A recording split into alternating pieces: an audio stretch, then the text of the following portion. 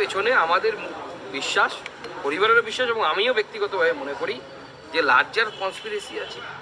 নিশ্চয়ই মেয়েটি ওষুধ জালিয়াতি সম্পর্কে বা ওষুধ চোরা পাচার সম্পর্কে কিছু জানতে পেরে গেছিলো, কারণ চেস্ট মেডিসিনের এক একটি অ্যান্টিবায়োটিক অনেক দামি দামি ওষুধ হয়, 6,000 7,000 টাকা করে দামি ওষুধ হয়।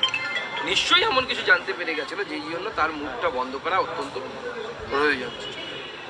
এবং এক্ষেত্রে হসপিটালের আরও চেস্ট মেডিসিনের অন্যান্য ডাক্তারবাবুরা হয়তো যুক্ত থাকতে পারে, কারণ ওনাদের ওই আমাদের নির্ভয়ার উপরে যে ভিপি তাকে বলেন আর কি, তিনি যে ধরনের মন্তব্য করছেন বা কোর্টের সামনে বলেছেন, তিনি নিজেই 12টা বা 2টোর পর কেউ কোনো ডাক্তার সিনিয়র ডাক্তার থাকে না, অথচ তিনি বলছেন 4টে থেকে 8টে নাকি মেয়েটি কোথায় ছিল আমরা জানি না, অথচ সেই সময় গার্জেনের সাথে কথা হয়েছে, মেয়েটি হসপিটালে ছিল, আরজি করের মধ্যে ছিল।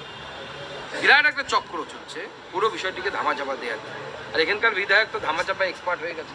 রিসেন্টলি শুনলাম এখানে কোনো একটা কেস ঘটেছে, আপনারা ডিটেলসে বলতে পারবেন?